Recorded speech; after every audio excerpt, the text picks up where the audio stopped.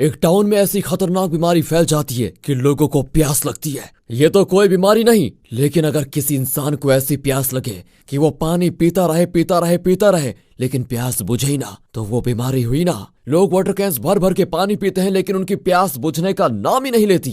दूसरों से छीनकर पीने लग जाते हैं, फिर तालाब झील हर एक वाटर सोर्स में कूद पड़ते हैं सिर्फ अपनी प्यास बुझाने के लिए। इस तरह कई लोग मर भी जाते हैं। सरकार बहुत ही सीरियसली रिसर्च करने लग जाती है कि ये क्या बीमारी है और कैसे फैल रही है। इस बीच हीरो के परिवार को ये बीमारी हो जाती है। वो इस बीमारी से अपनी फैमिली को कैसे बचाता है और उसके बाद वो कौन सा खतरनाक सच है जो अंत में रिवील होता है, यह इस edge of the seat horror sci-fi movie की कहानी है दोस्तों, जिसका नाम है Drenched. So welcome my dear rockers, कैसे हैं आप सभी। आज आपके लिए हम एक्सप्लेन करने जा रहे हैं एक ऐसी मूवी जो एक नए तरह का डर पैदा कर देगी। अगर सच में ऐसा हुआ तो क्या होगा, इसलिए वीडियो को एंड तक जरूर देखिए और अगर आप चैनल पर नए हो तो सब्सक्राइब जरूर कर दीजिएगा। मूवी की शुरुआत में एक थीम पार्क को दिखाते हैं जहां मूवी का हीरो पैरी एक फैमिली की खूब खातिरदारी करता है, पर यह इसकी फैमिली नहीं है। दरअसल पैरी ने बायोकेमिस्ट्री में पीएचडी की है, लेकिन बदकिस्मती से ये एक फार्मा कंपनी में मेडिकल रैप का काम करता है। उस फार्मा कंपनी का एक बहुत बड़ा क्लाइंट है डॉक्टर जोनाथन और ये उसी की फैमिली है। बेचारा पैरी अपने सेल्स टारगेट को पूरा करने के लिए इस घर में नौकर की तरह काम कर रहा है ताकि ये मेडिसिन का ऑर्डर्स उसको दे दे, पर जोनाथन इसे ऑर्डर देता नहीं, लेकिन इस बहाने इससे गुलामों की तरह निचोड़ कर काम करवाता है। पैरी अपने दोस्त को अपना दुख बताता है तो वो कहता है कि बेटा अगर ये नौकरी भी छोड़ देगा ना तो सड़क पे भीख मांगनी ही पड़ेगी। पैरी की इस दशा का कारण है उसका भाई जो। पैरी अच्छी नौकरी में था और बहुत पैसे भी कमा चुका था, लेकिन जो ने अपनी फ्रेंड के कहने पर पैरी का सारा पैसा शेयर मार्केट में एक्सपेरिमेंट करते करते गवा दिया। पैरी कहता है अब इससे पहले मैं तुझे लात मारकर बाहर निकाल दूं तो दूर हो जा मेरी नजरों से। पैरी घर जाता है तो बच्चे कहते हैं चाचू ने पिज्जा खरीद कर दिया हमें। फिर वो थीम पार्क ले जाने की जिद करते हैं और यह है पैरी की वाइफ विनी, जो खुद भी बैठकर मजे से फास्ट फूड खा रही होती है।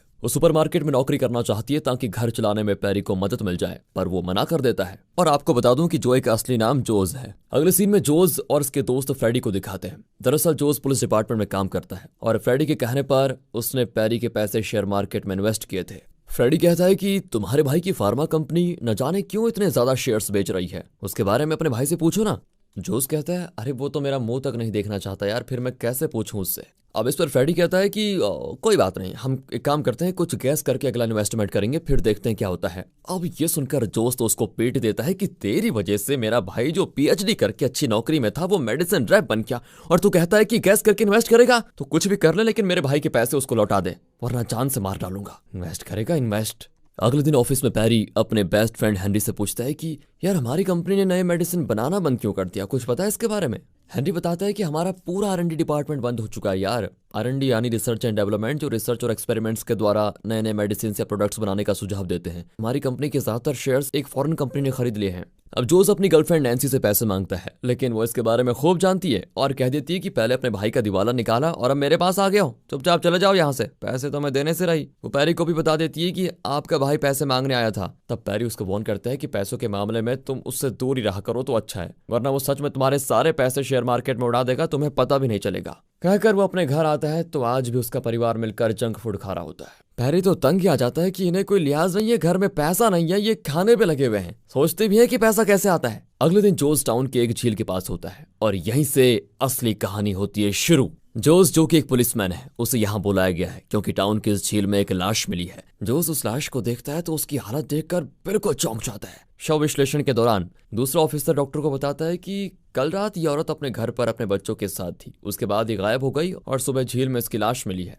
लेकिन डॉक्टर दावे के साथ कहता है कि इसकी सड़ी हुई बॉडी को देखकर तो साफ साफ पता चलता है कि ये औरत कई दिन पहले मर चुकी है। और ताज्जुब की बात तो यह है कि ऐसी हालत में मैंने इस टाउन में एक और लाश भी देखी थी। इस टाउन में कुछ तो गलत हो रहा है। अगले ही दिन उस झील में और भी कई लाशें तैरती हुई पाई जाती हैं। विनी न्यूज देखकर पैरी को बताती है, लेकिन उसे न्यूज देखने की फुर्सत ही कहाँ है। वो ऑफिस के लिए रेडी होने लग जाता है। यहाँ जोस परेशान हो जाता है क्योंकि उसने जो शेयर्स खरीदने थे उनकी वैल्यू गिर रही होती है। अब यहाँ दूसरा ऑफिसर बताता है कि कल जिस औरत की लाश मिली थी, आज उसका पति और उसके बच्चों की लाश उसी हालत में झील में पड़ी हुई मिली है। फिर तहकीकात में इन्हें पता चलता है कि वो औरत और उसकी फैमिली एक हफ्ते पहले एक नदी किनारे वेकेशन के लिए गए थे। शायद उनका इससे कुछ कनेक्शन है, इसीलिए जोज इन्वेस्टिगेशन के लिए उस नदी के पास जाता है। यहाँ पैरी हमेशा की तरह बिना सैलरी के डॉक्टर जॉनथन के लिए काम कर रहा होता है। उसका गोल्फ किट उठाता है। अचानक जॉनथन को प्यास लगती है तो पैरी उसे पानी देता है। 1 2 3 करके वो लगातार कई बोतल्स पानी पी जाता है। फिर अपनी वाइफ से बोतल छीनकर उसे भी पी जाता है, पर उसकी प्यास बुझती नहीं और वो जाकर झील में कूद पड़ता है। पैरी उसे बचाने के लिए कूदने वाला होता है कि कुछ ही मिनटों में जॉनथन लाश बन चुका होता है और लाश को देखकर तो ऐसा लगता है जैसे वो कई दिनों से पानी में सड़ रही थी। पैरी एकदम घबरा जाता है कि ये अभी अभी हुआ क्या। दूसरी ओर जोज उस जगह पर जाता है जहां से नदी की शुरुआत होती है। वहां पर एक सिक्योरिटी गार्ड होता है जिससे जोज पूछता है कि यहाँ पास कोई केमिकल फैक्ट्री तो नहीं है जो इस जगह पर अपना वेस्ट डिस्पोज करती हो। शायद ये हो सकता है कि उसी से पानी में कोई इन्फेक्शन फैल रहा हो, पर सिक्योरिटी कहता है कि सर यहाँ पर ऐसी कोई भी फैक्ट्री नहीं है। अब जोस के समझ में नहीं आता तो फिर ही पानी में गिरकर लोग मर क्यों रहे हैं। अब पैरी को दिखाते हैं तो वो घर आता है। उसका पूरा परिवार एक एक करके कई गिलासेस पानी पीने लग जाता है। पैरी उन्हें घबराकर पूछता है कितना पानी क्यों पी रहे हो तुम। विनी रोती भी कहती है कि क्या इस घर में पानी पीने की भी आजादी नहीं है हमें। दरअसल विनी के कुछ रिश्तेदार भी झील में मरे हुए पाए गए थे, शायद इसीलिए विनी परेशान है। ये सोचकर पैरी सोने चला जाता है। अब उसी रात जोज उसी नदी किनारे कार पार्क करके सो जाता है। आधी रात को उसको लगता है कि कुछ लोग भागकर जा रहे हैं, लेकिन उसकी नींद नहीं खुलती। सुबह नदी को देखकर वो चौंक जाता है। नदी लाशों से भरी होती है। सिर्फ नदी नहीं, पानी के बाकी सारे सोर्सेस में हर तरफ लाशें ही लाशें, और वो भी एकदम सड़ी हुई हालत में। ये एक नेशनल डिजास्टर घोषित कर दिया जाता है। सरकार एक इमरजेंसी कमेटी बिठाती है जो पता लगाएगी कि इस अनोखी बीमारी का कारण क्या है और इसे कैसे रोका जा सकता है। अब जोस को पता चलता है कि एक आदमी अपने घर के बाथटब में मरा पड़ा है। उस आदमी की बॉडी से कीड़े निकल रहे होते हैं। फिर इन कीड़ों को कुछ साइंटिस्ट रिसर्च करते हैं। ब्रैंडम नाम का साइंटिस्ट बताता है कि इन कीड़ों को हॉट एयर वॉर्म कहा जाता है और ये एक प्रकार का पैरासाइट होता है। इसी रिसर्च टीम में जोस की गर्लफ्रेंड नैन्सी भी होती है। वो पूछती है कि ये तो इंसेक्ट्स में पाए जाते हैं, फिर ये ह्यूमन के अंदर कैसे आ सकते हैं। अब ब्रैंडन एक्सप्लेन करता है कि ये हॉट एयर वॉर्म जब छोटे होते हैं तो इंसेक्ट्स के शरीर में घुस जाते हैं। फिर उस इंसेक्ट के शरीर में ही ये बड़े होने लग जाते हैं, और जब वो इतने बड़े हो जाते हैं कि रिप्रोडक्शन के लिए उन्हें इंसेक्ट से बाहर आने की ज़रूरत होती है, तो वो उस इंसेक्ट के नर्वस सिस्टम पर हावी होकर उन्हें पानी में जाने पर मजबूर करते हैं। और जब इंसेक्ट पानी में जाता है तो उसके अंदर जो हॉट एयर वॉर्म होता है वो इंसेक्ट्स को पानी में डुबो देता है, फिर उसके शरीर से बाहर निकल आता है। लेकिन ये इंसान के शरीर में कैसे घुस सकता है ये अभी भी क्लियर नहीं है। पर ब्रैंडन ये कहता है कि शायद हॉट एयर वॉर्म भी म्यूटेट हो रहा हो और शायद अब ये पैरासाइट इंसानों को भी टारगेट करने लगे हों। जब भी हम नदी, झील या किसी और वाटर सोर्स में जाते हैं तो हो सकता है कि हॉट एयर वॉर्म हमारे मुंह के अंदर या किसी और तरीके से ह्यूमंस के अंदर घुस रहे हों। कहना मुश्किल है पर हो सकता है। इंसान के पेट में वो बड़े होते हैं और इंसान जो खाते हैं उनसे वो पोषण ले लेते हैं, और जब उनके रिप्रोडक्शन का वक्त आता है तो जैसे वो इंसेक्ट्स को पानी के अंदर जाने के लिए मजबूर करते हैं, उसी तरह इंसान के नर्वस सिस्टम को कंट्रोल करके उन्हें पानी में जाने के लिए मजबूर करते हैं। और जब इंसान पानी में डूब जाता है तो हॉट एयर वॉर्म उसकी बॉडी से बाहर निकल आते हैं। ये वैसे मेरा अनुमान है, लेकिन सच क्या है ये तो रिसर्च करके ही पता चलेगा। और अब ये न्यूज़ हर जगह फ्लैश होने लग जाता है कि अगर रिसेंटली आप किसी नदी या झील में नहाने या एंजॉय करने गए हैं, उसके बाद आपको हद से ज़्यादा प्यास लग रही है, तो तुरंत पास के हॉस्पिटल में टेस्ट करवाने जाएं। ये सुनकर पैरी घबरा जाता है और घर आता है। विनी और बच्चे बहुत सारा पानी पी रहे होते हैं। पैरी पूछता है क्या तुम लोग किसी नदी में खेलने गए थे क्या। वो कहती है हाँ, 1 हफ्ता पहले गए थे। हे भगवान, ये औरत न्यूज़ क्यों नहीं देखती।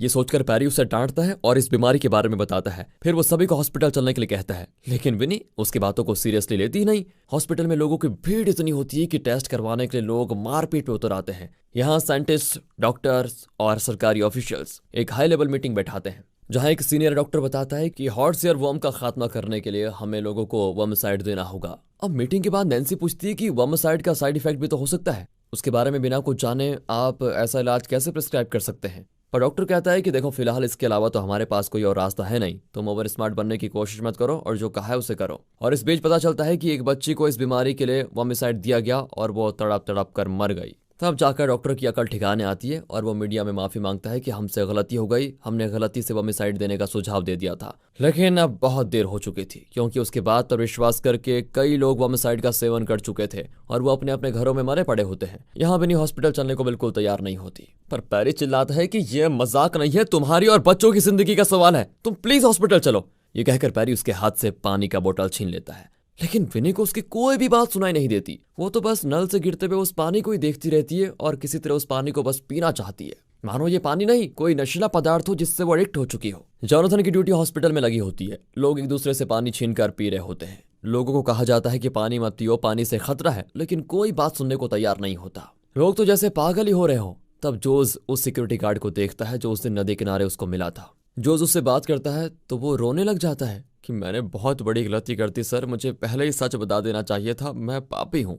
इसी बीच नैन्सी का कॉल आता है जो बताती है तुम्हारे भाई का परिवार भी इन्फेक्ट हो चुका है। ये सुनकर जोस बड़ी टेंशन में बाहर भागता है तो देखता है कि पुलिस तो लोगों को कंट्रोल ही नहीं कर पा रही है। सारे पेशेंट्स धक्का मुक्की करके किसी तरह वहां से बस निकलना चाहते हैं और नदी और झील की तरफ भाग रहे होते हैं उस पानी के लिए। उनके शरीर में हॉट एयर वॉर्म का असर इतना ज्यादा हो चुका है कि अब वो पानी में कूद जाना ही सही समझते हैं। ये सिर्फ एक फिजिकल बीमारी नहीं बल्कि हॉट एयर वॉर्म उनके नर्वस सिस्टम के जरिए उनके दिमाग पर हावी हो रहा था, इसलिए लोग पागलों की तरह पानी की ओर भाग रहे होते हैं। वहां पैरी अकेला तीन लोगों को संभाल रहा होता है। वो सबके वाटर बॉटल छीनकर पानी को नीचे फेंक देता है, नल भी खोलने नहीं देता। लेकिन पानी पानी कहकर एक तरफ उसकी वाइफ बाहर भागने की कोशिश करती है तो दूसरी ओर उसकी बेटी बालकनी से नीचे कूद कर नदी की ओर भागना चाहती है। पैरी का बेटा पानी की तलाश में अलग ही दिशा में जाने लग जाता है। पैरी बेचारा एक हाथ में बेटी दूसरे में बेटा और पैरों के बीच विनी को पकड़कर बड़ी मुश्किल से अपने परिवार को पानी पीने से रोक रहा होता है। वो जानता है कि अगर ये लोग पानी पिएंगे तो हॉट एयर वॉर्म का असर बढ़ता ही जाएगा और जल्द ही इनका अंत हो जाएगा। सरकारी ऑफिशियल्स अनाउंस करते हैं कि सिर्फ कल रात को 3000 लोग इस बीमारी के शिकार हुए हैं। अगर आपको भी इस बीमारी के सिम्टम्स हैं तो प्लीज पानी मत पीजिए, तुरंत हॉस्पिटल चले जाइए। कल रात इस टाउन की सबसे खतरनाक और घिनौनी रात रही। और अब क्योंकि पैरी ने कल रात अपने परिवार को पानी पीने से रोक लिया था तो सुबह वो थोड़ा नॉर्मल दिखते हैं, लेकिन फिर भी पैरी उन्हें हॉस्पिटल लेकर जाता है। रास्ते में पानी में लाशों का ढेर देखकर विनी डर कर पैरी को देखती है। वो उसे हिम्मत देता है कि मेरे होते हुए तुम्हें कुछ नहीं होगा, संभालो खुद को। दूसरी ओर वो सिक्योरिटी गार्ड जोस को बताता है कि सर ये सब मेरी वजह से हो रहा है। 2 हफ्ते पहले नदी के पास 2 लोग आए और उन्होंने नदी में कुछ कुत्तों को छोड़ दिया था। कुछ ही मिनटों में कुत्ते एकदम सिकुड़ कर मर गए, पर मैंने ये बात किसी को नहीं बताई क्योंकि ये हॉलीडे सीजन था और अगर लोगों को पता चलता तो इस थीम पार्क में कोई नहीं आता और बिना टूरिस्ट के मेरा गुजारा कैसे चलता। मैंने उन मरे हुए कुत्तों को उस पास की पहाड़ी में दफना दिया। अब इतनी प्रॉब्लम्स के बीच में एक अच्छी खबर मिलती है कि एक लड़का जिसको ये बीमारी हुई थी वो विंडोजोल नाम की एक दवा लेने से बिल्कुल ठीक हो गया है। नैन्सी ये बात तुरंत पैरी को बताती है जो इस समय विनी और अपने बच्चों के साथ हॉस्पिटल के मेडिकल कैंप में है। पैरी तुरंत मेडिकल शॉप में जाता है लेकिन किसी भी मेडिकल शॉप में उस दवा का स्टॉक नहीं मिलता, पर एक मेडिकल वाला बताता है कि ये दवा तो पैरी तुम्हारी ही फार्मा कंपनी बनाती है। पैरी तुरंत अपने ऑफिस जाकर पूछता है तो हैरी कहता है कि यार कंपनी ने तो कई दिन पहले उस दवा का मैन्युफैक्चर करना बंद कर दिया। अब हैरी टूट जाता है कि अब मैं क्या करूं, पर हेनरी उसे एक सप्लायर का एड्रेस देता है जिसके पास इस दवा का स्टॉक होता है।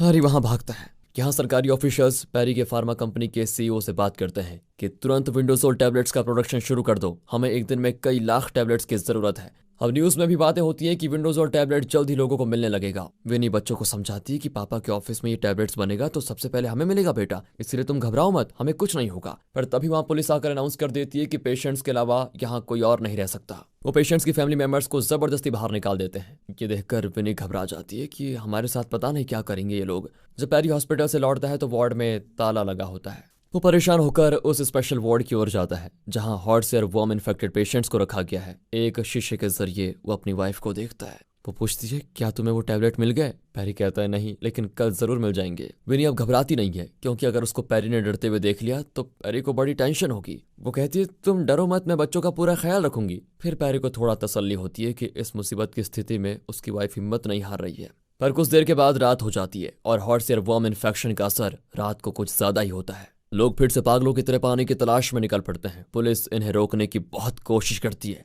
लेकिन इतनी बड़ी तादाद में लोग पानी के लिए बिल्कुल वायलेंट हो रहे होते हैं कि उनको कंट्रोल कर पाना बहुत मुश्किल था। पेशेंट्स बिल्कुल तोड़फोड़ मचा रहे होते हैं। विनी और बच्चों का भी बुरा हाल होता है। विनी पानी के लिए बिल्कुल तरस जाती है और वो खुद भी किसी तालाब में कूद जाना चाहती है, लेकिन बच्चों का लिहाज करके वो खुद को कंट्रोल कर लेती है। जैसे तैसे ये घिनौनी रात भी बीत जाती है। अगले दिन पानी में हजारों लोग मरे पड़े होते हैं। पैरी अपनी कंपनी में जाता है तो पता चलता है कि कंपनी ने अब तक विंडोजोल टैबलेट्स बनाना शुरू ही नहीं किया।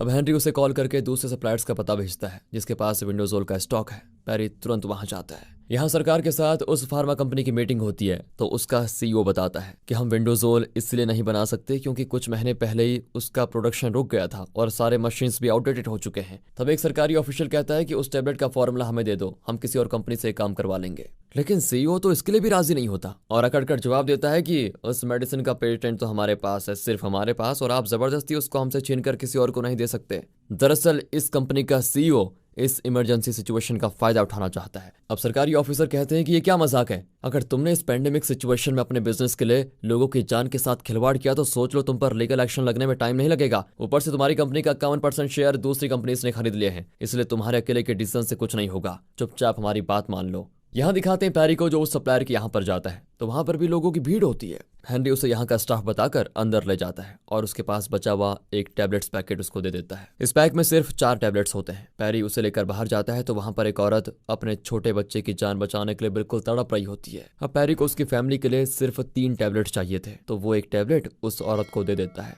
तभी कुछ लोग चिल्लाते हैं कि वो देखो, उस आदमी के पास दवा है। पैरी अपनी कार की ओर भागता है और तुरंत कार के अंदर बैठ जाता है, पर लोग ज़ॉम्बीज़ की तरह उसके ऊपर झपट पड़ते हैं और उसे बाहर खींचकर उसके टैबलेट्स ले लेते हैं, लेकिन सारे टैबलेट्स नीचे गिर जाते हैं। बेचारा पैरी टैबलेट्स के टुकड़े उठाने लगता है, क्योंकि इसी में उसके परिवार की जान टिकी हुई है। दूसरी ओर मीटिंग एक ब्रेक के बाद फिर शुरू होती है और लगता है सीईओ ने अपने बाकी इन्वेस्टर्स को भी फुसला लिया है। वो लौटकर कहता है कि मेरे सभी इन्वेस्टर्स मेरा साथ देने के लिए तैयार हैं, इसलिए अब आप लोग मुझे फोर्स नहीं कर सकते हो। यहाँ पैरी विनी को कॉल करता है तो वो पूछती है कि तुमने कुछ खाया भी या यूं ही भटकते फिर रहे हो। इस पर पैरी इमोशनल होकर चिल्लाता है कि तुम्हें हमेशा मेरी पड़ी रहती है क्या, कभी अपनी फिक्र नहीं करोगी तुम। एक तरफ अपनी वाइफ के प्यार को देखकर खुश है तो दूसरी तरफ बहुत लाचार फील कर रहा होता है कि वो विनी और अपने बच्चों के लिए कुछ नहीं कर पा रहा। हेनरी बताता है कि देखो, 1 महीने पहले हमारी कंपनी ने विंडोजोल का प्रोडक्शन रोक दिया और जो 1 लाख टैबलेट पैकेट्स का स्टॉक था उसे कहीं और भेज दिया। अब सीईओ कहता है कि हमारे पास स्टॉक नहीं है। अगर उन 1 लाख पैकेट्स का स्टॉक अब मिल जाता तो एक पैकेट में 4 टैबलेट के हिसाब से 4 लाख लोगों की जान बच सकती है।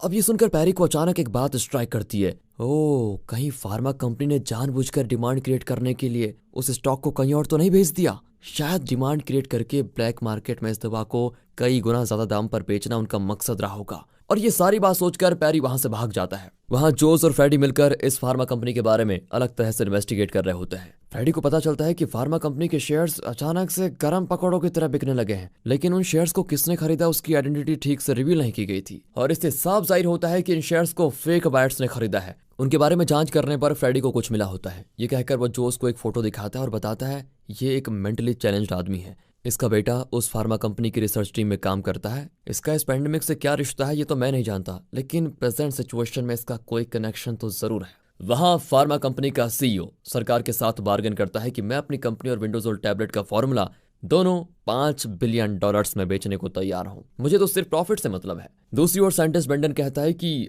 हॉर्स एयर वॉर्म इंसान के अंदर कैसे सर्वाइव करते हैं और जब इंसान पानी में जाते हैं तो वो किस तरह बाहर निकलते हैं। इंसान के मुंह के जरिए पेट में जाने के बाद हॉर्स एयर वॉर्म वहीं पर बड़े होते हैं और इंसान की सारी खुराक खुद ही ले लेते हैं। इन्फेक्शन के 3 दिन के बाद विक्टिम को सिम्टम्स नजर आते हैं। हॉर्स एयर वॉर्म को जिंदा रखने के लिए बहुत सारा पानी चाहिए, इसलिए वो अपने होस्ट यानी इंसान के अंदर प्यास पैदा करते हैं ताकि वो ज्यादा से ज्यादा पानी पी जाए, और जब इंसान से प्यास बर्दाश्त नहीं होती तो वो पानी में कूद पड़ते हैं। तब ये हॉर्स एयर वॉर्म उनके पेट को और शरीर को तेजी से गला देते हैं और इस तरह इंसान के शरीर से निकलकर पानी में चले जाते हैं। इन हॉर्स एयर वॉर्म से छुटकारा पाने का सिर्फ एक ही रास्ता है और वो है पानी ना पीना।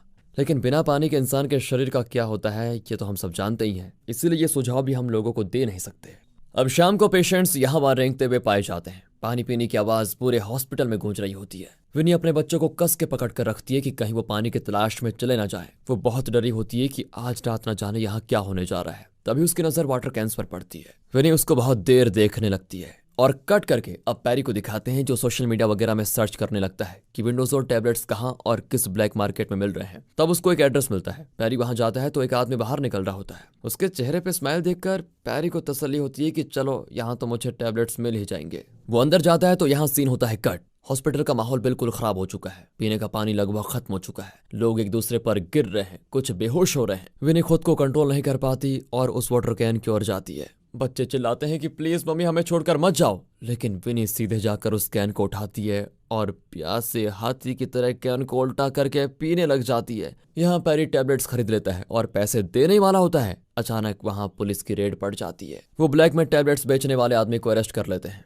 पैरी पकड़ा नहीं जाना चाहता तो खरीदे हुए सारे टैबलेट्स जाकर टॉयलेट में फ्लश कर देता है और वहीं पर छिप जाता है। यहाँ विनी पूरा का पूरा कैन खाली करने वाली होती है। अगर ये इतना पानी पीने लगी तो शायद मर भी सकती है। तभी एक औरत विनी को रोकने के लिए कैन को धक्का दे देती है। विनी कैन उठाने के लिए जाती है लेकिन वो औरत विनी को कस के पकड़ लेती है और कहती है अपने बच्चों को देखो। तब जाकर विनी शांत होती है और अपने बच्चों को देखती है। वो बेचारे रो रहे होते हैं कि प्लीज मम्मा हमें अकेले छोड़कर मत जाओ। विनी फिर खुद को कंट्रोल कर लेती है। यहाँ जोस पैरी को कॉल करके कहता है कि टैबलेट मिल गई भैया, तुम जल्दी आ जाओ। और अब फ्लैशबैक में दिखाते हैं कि जोस को वो टैबलेट कैसे मिला। जोस ने उस मेंटली चैलेंज आदमी के बेटे का पता लगा लिया जिसके बारे में उसका फ्रेंड फ्रेडी जिक्र कर रहा था। उसका नाम रॉकफोर्ड है। वो इसी फार्मा कंपनी में काम करता है जहां पैरी मेडिकल रैप है। जोस ने उसको पकड़कर खूब पीटा और तब जाकर उसने एक खतरनाक ट्विस्ट रिवील किया। दरअसल जब रॉकफोर्ड यहाँ रिसर्च करता था तब वो हॉर्स एयरवॉर्म को यूज करके एक दवा बनाने की कोशिश कर रहे थे जिससे अल्जाइमर डिजीज का इलाज हो सके। रॉकफोर्ड और उसकी टीम ने हॉर्स एयरवॉर्म से वो दवा बना भी ली थी, लेकिन तब इस कंपनी के सीईओ ने पूरी रिसर्च टीम को नौकरी से निकाल दिया क्योंकि वो रिसर्च में पैसे नहीं लगाना चाहता था बल्कि सिर्फ प्रॉफिट कमाना चाहता था। उस रिसर्च टीम में जो 25 रिसर्चर्स थे उन्होंने फैसला किया कि वो इस कंपनी और इसके सीईओ से बदला लेंगे और खुद भी पैसे कमाएंगे। इन लोगों ने किसी तरह विंडोजोल के 1 लाख टैबलेट्स प्रोड्यूस किए और उन्हें एक जगह छुपा कर रखा। फिर इन लोगों ने कुछ कुत्तों को हॉर्स एयरवॉर्म का सेवन करवाया जिससे कुत्ते इन्फेक्ट हो गए। फिर उन कुत्तों को इन लोगों ने उस नदी के पानी में छोड़ा जिससे हॉर्स एयरवॉर्म नाम के पैरासाइट्स नदी के पानी में मिल गए। इनका इरादा ये था कि इस तरह ये लोग एक नई बीमारी पैदा करेंगे और तब इनके विंडोजोल टैबलेट्स का डिमांड बढ़ेगा और ये लोग अपनी मर्जी से रेट फिक्स कर पाएंगे। ये सब सुनकर जोस का सर चकराने लग जाता है कि ये लोग इंसान नहीं कुछ और हैं। वो कहता है कि फिलहाल मुझे सिर्फ इतना जानना है कि वो टैबलेट्स तुमने कहाँ छुपा कर रखे हुए हैं। फिर वो एक वेयर हाउस की ओर इशारा करता है। जोस उस वेयर हाउस के सामने खड़ा होता है और तब जाकर उसने पैरी को कॉल किया था। प्रेजेंट में पैरी वहां पहुंचता है और दोनों भाई वेयर हाउस के अंदर जाते हैं। तब पैरी चैन की सांस लेता है, लेकिन तभी कोई वेयर हाउस का दरवाजा लॉक करके अंदर आग लगा देता है। सारे टैबलेट्स चलने लग जाते हैं। इसी बीच बाहर रॉकफोर्ड को दिखाते हैं जिसे एक आदमी मार डालता है क्योंकि उसने सच उगल दिया था। अब पैरी और जोस को लगता है कि वो यहाँ से मरने वाले हैं, लेकिन ऐन वक्त पर एक ट्रक मेन डोर तोड़कर अंदर आता है। उसे ड्राइव कर रही थी नैन्सी जो पैरी और जोस को बचा लेती है। कुछ देर में फायर ट्रक और एम्बुलेंस वहां पहुंचते हैं। अपनी आंखों के सामने इतने सारे टैबलेट्स को जलकर राख होते हुए देख पैरी अपनी किस्मत को कोसता है कि हर बार जब भी मैं टैबलेट को पाने वाला होता हूं तो कोई ना कोई अड़चन जरूर आ जाती है। तब पैरी को विनी का कॉल आता है जो बताती है कि थोड़ी देर में ये लोग हमारे मोबाइल फोन्स भी छीनने वाले हैं, इसलिए आखिरी बार तुम्हें कॉल कर रही हूँ। बच्चे पूछते हैं कि पापा कहाँ हैं, कब आओगे। पैरी बहुत रोता है लेकिन बच्चों को हिम्मत देता है, मैं जल्दी आ जाऊंगा, तुम लोग बिल्कुल भी डरना मत। इतने में विनी का फोन छीन लिया जाता है।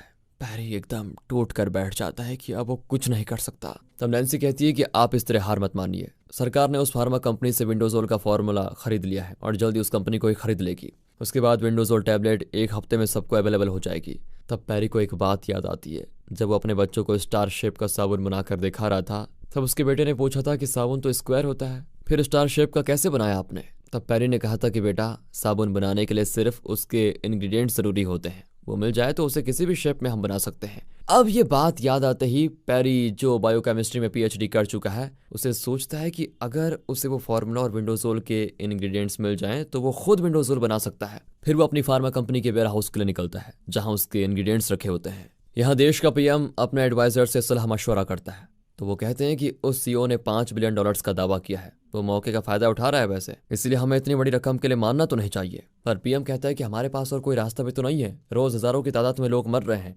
हमें उसकी शर्त अब माननी ही पड़ेगी, फिर चाहे वो कितना भी महंगा क्यों ना हो। यहाँ वार्ड में पेशेंट्स को पानी नहीं दिया जाता, लेकिन उनके अंदर पनप रहे हॉर्स एयरवॉर्म्स के बाहर निकलने का समय आ चुका था और बिना पानी के हॉर्स एयरवॉर्म इनके अंदर सर्वाइव नहीं कर पा रहे होते हैं। इसीलिए कई लोगों के पेट से और मुंह से हॉर्स एयरवॉर्म बाहर निकलने लग जाते हैं। लोग खुद पर से अपना कंट्रोल खो चुके होते हैं। हॉर्स एयरवॉर्म का असर इतना बढ़ जाता है कि लोगों को अपना दिमाग कंट्रोल ही नहीं होता।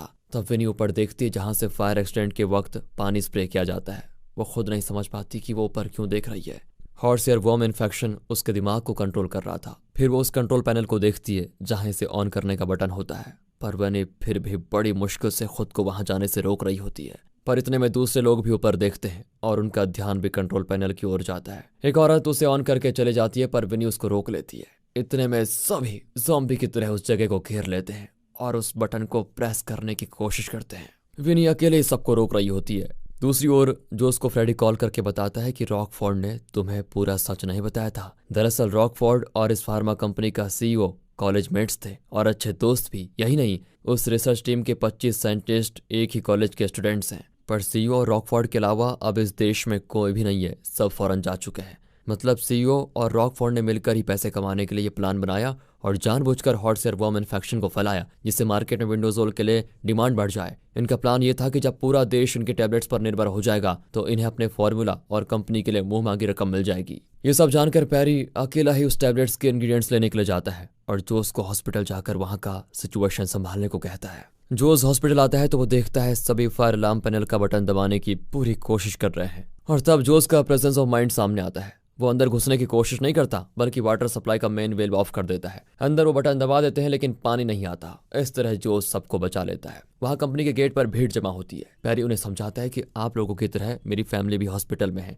मैं विंडोजोल दवा बना सकता हूं पर आप लोग मुझे अंदर जाने दीजिए प्लीज, वरना हम सबकी फैमिलीज मर जाएंगी। ये सुनकर लोग सिक्योरिटी वालों को धक्का देकर पैरी को रास्ता दे देते हैं। पैरी वहां से इंग्रेडिएंट्स उठा रहा होता है तो वहां के इंजीनियर्स भी उसकी मदद करते हैं। यहाँ पे हम सीईओ के साथ 5 बिलियन का कॉन्ट्रैक्ट साइन करने वाला होता है कि तभी एक एडवाइजर जिसे पुलिस डिपार्टमेंट से इन्फॉर्मेशन मिली थी वो पीएम को बताता है कि हॉट सियरवॉर्म इन्फेक्शन इसी ने फैलाया है ताकि इसकी मेडिसिन के लिए मुंह मांगी डिमांड क्रिएट हो जाए। अब ये सुनकर पीएम को आता है गुस्सा और वो तुरंत सीईओ को अरेस्ट करवा देता है। अब दूसरे फार्मा कंपनीज के लोग एकजुट होकर उन इंग्रेडिएंट्स से विंडोजोल बनाने का फैसला करते हैं जिसमें पैरी उनकी मदद करता है। फिर पैरी हॉस्पिटल रूम में आता है तो बच्चे तो उससे लिपट जाते हैं। पीएम अनाउंस करता है कि कुछ ही घंटों में विंडोजोल टैबलेट्स बनकर तैयार हो जाएंगे और पेशेंट्स को दिए जाएंगे। पूरे देश में मेडिसिन भेजे जाते हैं। जल्द ही लोग ठीक होने लगते हैं और हॉस्पिटल से डिस्चार्ज कर दिए जाते हैं। जो समझ आता है कि उसे शेयर मार्केट में पैसे कमाने का सपना नहीं देखना चाहिए क्योंकि उसे उसके बारे में कुछ आता जाता तो है नहीं। इसके बजाय उसे नैन्सी के साथ वक्त बिताना चाहिए